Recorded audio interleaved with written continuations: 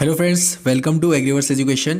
In today's video, we are going to discuss about the important agriculture current affairs of 12th November 2020. And if you want to join our Telegram channel, go through the link given in description box. और अगर आप हमारे different social media platform से जुड़ना चाहते हैं तो search करिए एग्रेरियन 11 और पाएँ daily agricultural quizzes, current affairs, lecture notes and notification of every single video we upload. तो आज के करंट अफेयर्स में सबसे पहले हम हेडलाइंस को डिस्कस कर लेते हैं। पहली हेडलाइन है Jharkhand government planning to fix MSP for vegetables. दूसरी हेडलाइन है Andhra government collaborates with the Amul to advance dairy sector across the state. और लास्ट हेडलाइन है Indian institute of spice research open sales outlet for farmer buyer link.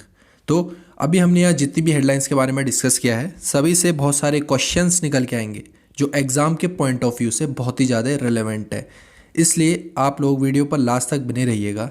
तो शुरुआत करते हैं आज के करंट अफेयर्स की। Jharkhand government planning to fix MSP for vegetables.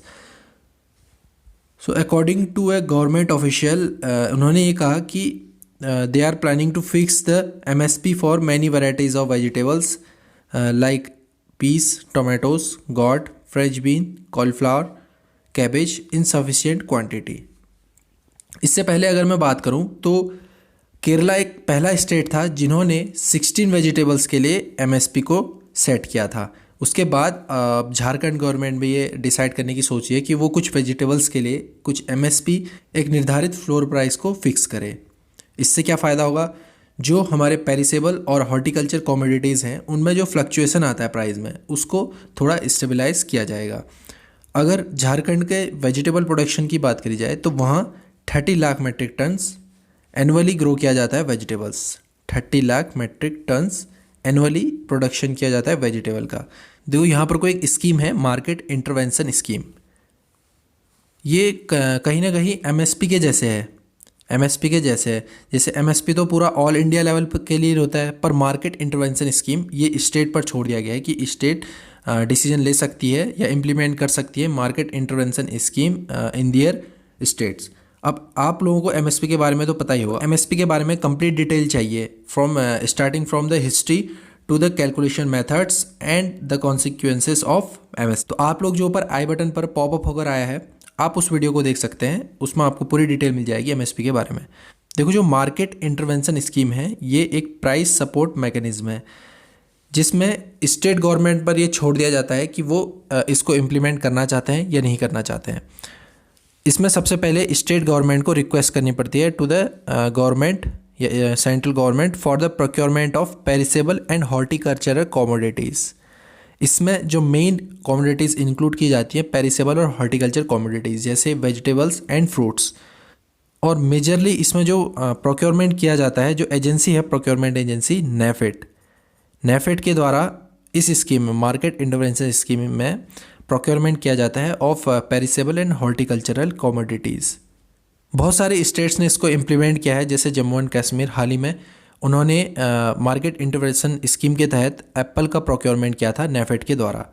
तो वैसे ही कुछ अदर स्टेट्स भी हैं जो कुछ वेजिटेबल्स का प्रोक्योरमेंट करवाती हैं by NAFED through market intervention scheme. और जो ये मार्केट इंटरवेंशन स्कीम है इसको तब इम्प्लीमेंट किया जाएगा जब प्रोडक्शन में 10% इंक्रीज़ हो जाए। 10% increase in production and 10% decrease in the ruling rates over the previous normal year. देखो दो केस में यहाँ पर को मार्केट इंटरवेंशन स्कीम को इम्प्लीमेंट किया जाता है। पहला केस तो यह है अगर प्रोडक्शन 10% ज़्यादा हो जाए। अब प्रोडक्शन ज़्यादा हो जाता है, जो निर्धारित प्रोडक्शन है अगर उससे ज़्यादा हो गया तो प्राइस में जाहिर सी बात है उसमें फ्लक्चुएशन आएगा या गिरावट आएगी। तो उसके लिए यहाँ फ्लोर प्राइस को तय करना ज़रूरी हो जाता है। जैसे मार्केट इंटरवेंशन स्कीम में फ्लोर प्राइस के द्वारा नेफेड के द्वारा प्रोक्योरमेंट किया जाता है ऑफ हॉर्टिकल्चरल कमोडिटीज़ का। अब जैसे यहाँ प्रोडक्शन ज़्यादा हो गया तो यहाँ पर को गारंटी रहती है कि जो नेफेड है या कोई एजेंसी है वो इन कमोडिटीज़ का प्रोक्योरमेंट कर देगी। दूसरा केस ये है कि अगर 10% डिक्रीज़ हो जाए प्राइस रेट में, जो मार्केट में प्रिवेलिंग रेट चल रहा था अगर उससे 10% डिक्रीज़ हो जाए तब इस केस में भी मार्केट इंटरवेंशन स्कीम को इम्प्लीमेंट किया जाता है।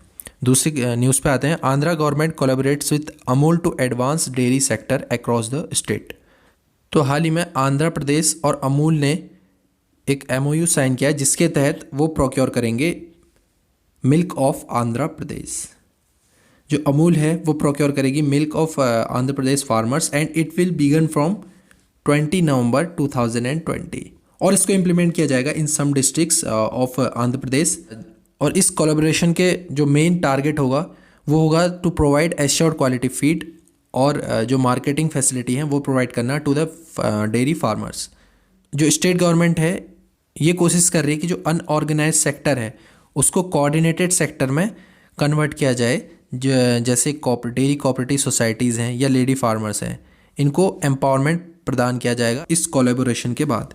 और इसके लिए स्टेट स्पेंड करेगी 1362 crore for improving the infrastructure by building up bulk milk cooling unit and milk collection centre in Rythu Bharosa Kendra. देखो जो ऋतु भरोसा है ये एक स्कीम है जो आंध्र प्रदेश गवर्नमेंट के द्वारा चलाई जाती है। उसके अंदर ही कुछ ऋतु भरोसा केंद्र चलाए जाते हैं जिसमें बहुत सारी गतिविधियां की जाती हैं। अब इसके अंदर दो नई चीज़ें जुड़ गई हैं, जैसे मिल्क कूलिंग यूनिट है या मिल्क कलेक्शन सेंटर है। तो फार्मर से मिल्क को पहले कलेक्ट किया जाएगा, फिर उनको प्रोक्योर किया जाएगा बाय द अमूल प्रोजेक्ट। देखो जो ऋतु भरोसा स्कीम है, अब स्कीम की बात कर रहा हूँ मैं, जो ऋतु भरोसा है इसमें क्या किया जाता है, फाइनेंशियल असिस्टेंट प्रोवाइड किया जाता है टू द फार्मर्स और इसके अंदर 13,500 रुपये पर फार्मर पर ईयर के हिसाब से प्रोवाइड किया जाता है टू द फार्मर्स। और जो अमूल की बात करें तो अमूल एक ब्रांड है of Gujarat cooperative milk marketing federation. एक गुजरात बेस्ड एक ये आनंदा में सिचुएटेड है जिसको हम बोलते हैं Gujarat cooperative milk marketing federation. इसके कुछ प्रोडक्ट्स हैं या ब्रांड्स हैं, जैसे अमूल है, अमूल इसके अंदर का एक ब्रांड है। अब आते हैं लास्ट करंट अफेयर्स पे। Indian institute of spice research open sales outlet for farmers buyers link. सबसे पहले let me know in comment section कि IISR Indian institute of spice Research कहाँ सिचुएटेड है। आप इसका जवाब हमारे कमेंट बॉक्स पर दे दीजिएगा। तो Indian institute of spice research ने एक आउटलेट को खोलने की सोच रहे हैं जिसका नाम रखा है SPIISRY। इसके अंदर क्या होगा, जो फार्मर्स हैं और जो बायर्स हैं, बायर्स बोलने का मतलब ये कि जो स्टार्टअप्स कर रहे हैं या कोई बिजनेस वाले हैं या कोई इंडस्ट्रियल सेक्टर या ट्रेडर्स, वहाँ क्या होगा, फार्मर्स डायरेक्टली उसको सेल कर पाएगा अपना प्रोडक्ट। इससे क्या फ़ायदा होगा, जो फार्मर्स हैं उसको इंश्योर्ड गुड प्राइस मिलेगा और जो स्टार्टअप करने वाले हैं उनको क्वालिटी स्पाइस मिल जाएगा। And according to the figures available with IISR, more than 25 startups are now associated with SPIISRY। जो ये आउटलेट है SPIISRY, इसके अंदर 25 स्टार्टअप्स चलाए जा रहे हैं और इसके अंदर 100 से भी ज़्यादा प्रोडक्ट्स इंक्लूडेड हैं, जैसे health and wellness products, spice infuse cosmetic products, spice powder and other products. तो इनका मैन्युफैक्चर किया जाता है बाय द डिफरेंट स्टार्टअप्स। जो यहाँ बात हो रही है 25 से भी ज़्यादा स्टार्टअप्स हैं इस SPIISRY आउटलेट के अंदर। चलो ये तो न्यूज़ के बारे में हमने बात कर ली। अब IISR से रिलेटेड कुछ इम्पोर्टेंट फैक्ट्स हैं। जैसे IISR है, इन्होंने एक बायो कैप्सूल को डेवलप किया था। बायो कैप्सूल एक तरीके का बायो फर्टिलाइज़र है जो डेवलप किया गया था IISR के द्वारा। देखो जो बायो कैप्सूल है इसके अंदर बेनिफिशियल माइक्रो ऑर्गेनिजम्स होते हैं, जैसे ट्राइकोडर्मा, सुडोमोनास और बेसिलस। तो इनको यूज़ किया जाता है एज ए बायो फर्टिलाइज़र और इसको यूज़ करना भी काफ़ी आसान होता है और इसकी रिक्वायरमेंट बहुत ज़्यादा कम होती है।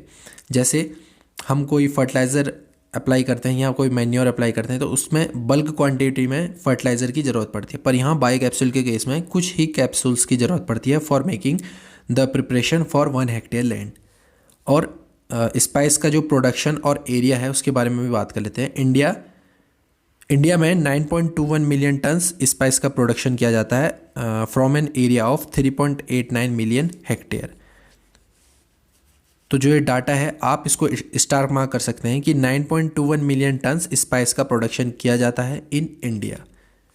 तो दोस्तों आज के लिए बस इतना ही। मैं उम्मीद करता हूँ आपको हमारे वीडियो से कुछ नया सीखने को मिला होगा। मिलता हूँ आपसे next time. Till then tata bye bye and take care.